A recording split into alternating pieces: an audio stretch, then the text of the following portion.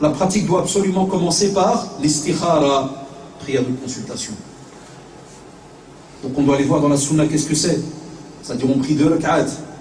Mais écoutez bien ce que j'ai dit tout à l'heure, hein. Il faut déjà quelqu'un qui est sincère pour qu'Allah subhanahu wa ta'ala t'aide. Si tu veux qu'Allah réponde, tu dois être sincère. Tu ne peux pas vivre dans le haram et lui demander. C'est illogique. Ya Shabab, l'affaire elle est simple. Hein. Si tu es clean vis-à-vis d'Allah subhanahu wa ta'ala, il t'aidera. وَمَنْ يَتَّقِ اللَّهِ. Donc c'est pas une théorie de chez moi, elle est dans le Coran. وَمَنْ يَتَّقِ اللَّهِ يَجْعَلْ لَهُ مَخْرَجًا. Allahu Akbar. Et Allah subhanahu wa ta'ala te donne encore un autre cadeau. وَيَرْزُقْهُ مِنْ حَيْثُ لَا يَحْتَسِبُ. C'est-à-dire si et seulement si celui qui craint Allah subhanahu wa ta'ala, Allah subhanahu wa ta'ala, qu'est-ce qu'il lui donne? Un makhraj, toujours. Chaque fois qu'il y a un problème, quelque chose qu'Allah subhanahu wa ta'ala te donne une issue à ton problème. Et il te rajoute un deuxième cadeau et il te donne le reste, les bienfaits de là où tu n'imagines même pas. Voilà pourquoi des fois nos parents, on est étonnés avec des fois un petit salaire et tu vois ils ont leur maison, ils ont au Maroc, ils descendent chaque année en vacances, le frigo il est toujours plein, il y a plein de choses et des fois les jeunes ils sont étonnés, à peine marié il est déjà l'autre, il n'y a plus rien, il appelle déjà sa mère, t'as pas 20 €, Al-Walid, prête-moi 100 €, je touche la semaine prochaine, je les remets. Et comment ça se fait? Alors, tu décortiques avec eux, tu dis est-ce qu'il y a ta Allah quelque part? Ah, tu trouves des petits crédits, des ceci, des histoires bizarres par-ci par-là, on vole des heures au bureau. Et là, ça joue Allah dans le mariage, dans le choix même. Il y en a qui n'imaginent pas. Un type qui vole tous les jours 5 minutes. On voyait nos parents partir à 4 h du matin, ils restaient devant la porte. Je voyais le Walid. Devant la porte, il attendait le conducteur, ils étaient dans le bâtiment. La neige, il est debout. Des fois, je dis Walid, pourquoi tu sors comme ça 20 minutes avant? Il me dit Wada, Iman, il vaut mieux qu'on me crée que ma'attal. Je dis, nous qui sommes nés ici, on est étonnés. J'ai compris après pourquoi. Parce qu'il peut y avoir un problème, ceci, toujours tôt les parents. Pour ne jamais prendre 1 franc, 1 € dans le salaire en haram. Donc quand tu viens faire l'istikhara, tu vas devoir invoquer. Vous allez me dire, quel est le rapport avec l'histoire que vous venez de raconter? Eh bien, elle est de nouveau dans la sunna et shabab. C'est pour ça que je vous pousse à étudier à votre aise. Comme ça, vous voyez tous ces sujets en face de vous. Eh bien, la sunna te dit, un jour le prophète sallallahu alayhi wa sallam, il passe devant quelqu'un, et dans le hadith on dit Ash'ata aghbar, poussiéreux, comme si c'est quelqu'un qui a voyagé. Yamuddu yadahu ila as-sama' wa yaqul ya Rab, ya Rab, ya Rab. Il lève les mains au ciel et il invoque. Billah alaykoum ya shabab, si vous voyez un jour un comme ça, qu'est-ce que vous allez vous dire? Vous allez avoir pitié ou pas? Vous allez avoir pitié. Vous allez dire, quelque chose, subhanallah, darwish, kadaï. Et le prophète sallallahu alayhi wa sallam va dire aux compagnons, là, il boit du haram, mange du haram, s'habille avec du haram, passe sa journée dans le haram, et il va leur dire comment voulez-vous qu'Allah réponde à son invocation? Impossible. Voilà pourquoi des fois il y a des jeunes qui me disent ouais mais j'ai fait l'istikhara et ça passe pas. Revois ta vie, revois ce que tu fais. Et tu fais alors tes 2 rak'at, tu salues, choisissez les moments où la doua est exaucée, aussi les derniers tiers de la nuit par exemple. Ça aussi je taquine nos jeunes, une des erreurs qu'ils commettent. Ils ne se lèvent jamais prier sauf. Le Walidine n'arrête pas de nous appeler pour ça. Chaque fois, même pour Ramadan, il y a Ikhwan qui nous disent dites à nos jeunes de prier le Subh. Parmi les 2 prières de l'hypocrite, le Subh et l'Isha. Toi, tu pries jamais le Subh, tu ne te lèves jamais. Après, en journée, oh Ya Rabbi, aide-moi, Inch'Allah, je vais me marier et je vais. Tu crois que c'est une commande que tu passes dans un snack? Aïda, son aise en journée. Wallah, c'est un istihza bid-din. Il y a des jeunes, ils imaginent, on les taquine, on leur dit frère, tu fais ça de cette manière. Wallah, tu rigoles d'Allah subhanahu wa ta'ala. Moi je suis sincère. Non, Wallah, tu rigoles d'Allah subhanahu wa ta'ala. Comment ça? C'est déjà dit 1000 fois, tu ne te lèves pas le matin. Et je me dis des fois des jeunes qui viennent avec moi dans les camps de jeunes et autres, je leur dis des fois, ils ne se lèvent pas prier. Tu dois le réveiller 20 fois. Alors je dis, excuse-moi. Et à la maison, comment tu fais? Ah, dit à vous, non, je ne me lève pas. Type, il a 20 ans, on l'a 18 ans, on l'a 17 ans. Je dis, comment tu veux qu'Allah t'aide? Et quand tu me parles la veille, tu me parlais par exemple de mariage. Comment tu veux qu'Allah t'aide?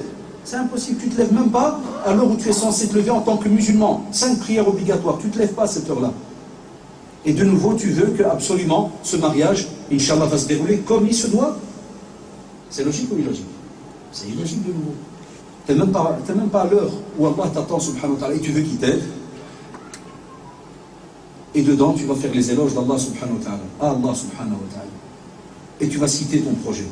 Et tu vas demander à Allah subhanahu wa ta'ala s'il est bien pour toi, ta religion, ta vie. Facilite-le pour moi, ya Allah. Ou sinon le contraire. Rejette-le. Fasse qu'il soit éloigné de moi. Et là, mashallah, tu commences ta vie. Ta nouvelle vie. De celui qui, mashallah, veut se marier. veut mettre en pratique un acte d'adoration. Lakin, de quelle manière?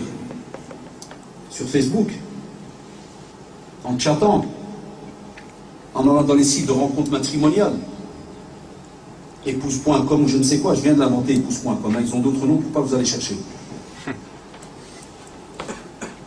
Maintenant vous avez compris pourquoi est-ce que ça marche pas.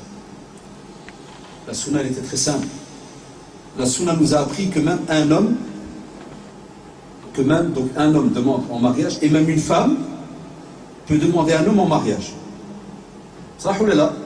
Et on a l'exemple chez le prophète sallallahu alayhi wa sallam. Khadija radiallahu anha qui envoie donc servante pour faire comprendre que le prophète sallallahu alayhi wa sallam, mashallah, comme vous savez, il avait une certaine stature, charisme, personnalité, honnêteté. Elle fait comprendre qu'elle voudrait se marier avec lui. Voilà notre sunna. Voilà comment, ya shabab, vos parents se sont mariés.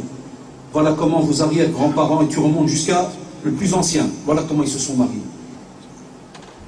Avec respect. De famille à famille. Pas n'importe comment. La sunna te dit effectivement, tu peux l'avoir. Tu peux espionner même. Regardez l'islam, subhanallah, il te donne toutes les facilités.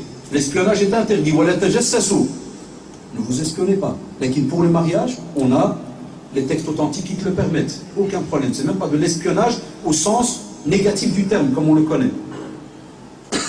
L'islam te donne tout, subhanallah, le temps pour aller regarder, voir. Hatta même le sahabi qui est venu chez le prophète, il s'était marié d'une sœur de l'Ansar, radiallahu anha. Et il lui a dit à Rasulullah, je me suis marié. Quelle tribu de l'Ansar? Il lui a dit, est-ce que tu l'as vu? Il lui a dit non. Retourne, va voir. Va la voir. Parler même de certaines choses qui peuvent être dans les yeux de certaines communautés ou tribus, par exemple. Retourne, va la voir. Et il a même dit, sallallahu alayhi wa sallam, retourne, va la voir pour qu'il y ait quelque chose, subhanallah, qui va t'attirer, l'attirer. Qu'il y ait quelque chose dans votre cœur. Et avec un regard simple. Tout est facilité dans notre religion. Et quand tu commences à combattre Allah, subhanahu wa ta'ala, et tu n'emploies qu'un outil, qui est de l'informatique, comme vous savez, l'ordinateur, le portable, tu l'appelles comme tu veux. Là, comment tu veux qu'Allah te facilite les choses? Et même nos parents, des fois, ils sont même pas au courant. Aujourd'hui, vous avez vu, il y a la technologie, il y a Kada. Donc Satan, c'est tout à fait normal que son travail va redoubler. Ça, il va redoubler. Au plus il y a de la technologie, au plus Satan, il redouble de travail. Avant qu'il n'y avait rien, il y avait des petites haramiyat. Et encore, il y en avait. Maintenant, c'est trop compliqué, Ikhwan. Et lui, il s'est juré, il a dit, la arwiyannahum. Je vais les arnaquer un par un, je vais leur tourner la tête, mais un par un, et je serai devant eux, derrière, au-dessus, en dessous, gauche, droite, je ne vais pas les lâcher. Je ne vais pas les lâcher. Et c'est pour ça qu'Allah subhanahu wa ta'ala lui a répondu, Ya Shabab, et il lui a dit, Inna, de nouveau, on va apprendre la langue arabe aujourd'hui avec un petit mot, Inna ibadi, spécialement mes serviteurs, ceux d'Allah subhanahu wa ta'ala, Laysa laka alayhim sultan, abadan. Si un frère, à la sœur, tu suis Allah subhanahu wa ta'ala comme tu dois le faire, Allah subhanahu wa ta'ala a déjà répondu à Satan, à ta place. Et il dit déjà à Satan, Allah, mes serviteurs, tu vois le serviteur qui est bien là, jamais tu pourras l'avoir. Pourquoi? Parce qu'il ne va jamais user de moyens qui sont contraires aux règles de l'islam. Donc déjà, premièrement, on n'a pas à s'amuser à chercher son épouse ou son époux sur des sites. Et ne viens pas me dire, je fais la da'wa pour chercher une sœur pieuse. C'est des petits malins, qu'est-ce qu'ils font? Ils envoient des textes sur Facebook. Salam alaikum, le prophète a dit, 2 points, hadith. Et puis après, ils attendent les commentaires en dessous. Puis dès qu'ils voient qu'une, machallah, va apparaître avec une photo avec un niqab ou autre, qu'est-ce qu'il fait? Hadiya. Ah oui, parce que vous savez bien, dans les profils, il va y avoir toutes les marques. Mais dès qu'il voit qu'une va apparaître, entre guillemets, à la musulmane, qu'est-ce qu'il va faire? Tac, c'est celle-là. Alors on envoie un petit POC ou SPOC ou tout ce que vous voulez là. Je commence à m'entraîner maintenant. On envoie un tas de petits trucs là. Alors elle répond en privé. Je disais dernièrement aux jeunes, est-ce que vous avez déjà vu un loup? C'est un loup. Se balader avec une poule. Dib ma'djaja. Wallahi. Il se bat. Et même si jamais tu trouves un loup que tu vas éduquer à la maison, et qui va devenir un peu péteux, un petit bourge, peinard, tout. Même si tu fais marcher avec la poule dans le jardin, le shaitan va venir chez lui, il va lui rappeler, il va dire, n'oublie pas, t'es un loup, il va voir des fois la poule. Rôti, des plumes, des bokhan. Il va sauter dessus. L'être humain qui n'a pas la crainte d'Allah subhanahu wa ta'ala, c'est ce qu'il fait, wallah. S'il n'a pas la crainte d'Allah subhanahu wa ta'ala, il va avancer jusqu'à ce qu'il va faire le musiba. Parce que le shaitan Allah, c'est son travail. Il va aller avec vous, shibr, doucement, centimètre par centimètre, jusqu'à ce que tu tombes dans le musiba. C'est pour ça que ça commence par une rencontre, entre guillemets, soi-disant de da'wa, le loup avec la poule, soi-disant je fais da'wa. Fais pas da'wa, fais da'wa à toi, ta soeur, ta mère. Tu veux parler avec des femmes, tu as plein de femmes dans ta famille. Tu veux même, bien, il y a des gens qui j'aime bien parler. Ta grand-mère, elle raffole de parler. 3 heures si tu veux. Fais un tasse. Avec sa mère, il parle jamais. Sa grand-mère, c'est pire. Il va au Maroc, ça peine si la voix de moi, Ziza, ouais, Ba'aoun. Mais avec des filles sur Internet, on est là pendant 3 heures. Quand tu dis pourquoi, frère, on doit se marier, on doit. Comment tu veux que je trouve? Regarde cette phrase vraiment incroyable. Comment tu veux que je trouve? Un GSM à 10 €, tu le sors d'en dessous de la terre. Et une épouse pieuse, quand je ne trouve pas, c'est fou. Jamais Allah subhanahu wa ta'ala t'aidera de cette manière-là. Jamais Allah subhanahu wa ta'ala t'aidera de cette manière-là. Quand tu commences à combattre Allah subhanahu wa ta'ala et tu n'emploies qu'un outil qui est de l'informatique, comme vous savez, l'ordinateur, le portable, tu l'appelles comme tu veux, là, comment tu veux qu'Allah subhanahu wa ta'ala te facilite les choses? Là, comment tu veux qu'Allah subhanahu wa ta'ala te facilite les choses? Comment voulez-vous qu'Allah réponde à son invocation? Impossible. Voilà pourquoi des fois il y a des jeunes qui me disent ouais mais j'ai fait l'istikhara et ça passe pas. Revois ta vie, revois ce que tu fais. Tu ne peux pas vivre dans le haram et lui demander. C'est illogique. Et là tu veux qu'Allah t'aide. Et quand tu me parles la veille, tu me parlais par exemple de mariage. Comment tu veux qu'Allah t'aide? C'est impossible, tu ne te lèves même pas à l'heure où tu es censé te lever en tant que musulman. 5 prières obligatoires, tu ne te lèves pas à cette heure-là. Et de nouveau tu veux que absolument ce mariage, Inch'Allah, va se dérouler comme il se doit. C'est logique ou illogique? C'est illogique de nouveau. Déjà, premièrement, on n'a pas à s'amuser à chercher son épouse ou son époux sur des sites. Et celui qui, machallah, veut se marier, veut mettre en pratique un acte d'adoration. Lakin, de quelle manière? Sur Facebook, en chattant, en allant dans les sites de rencontres matrimoniales, épouse.com ou je ne sais quoi, je viens de l'inventer, épouse.com, ils ont d'autres noms pour pas vous aller chercher. Maintenant, vous avez compris pourquoi est-ce que ça marche pas.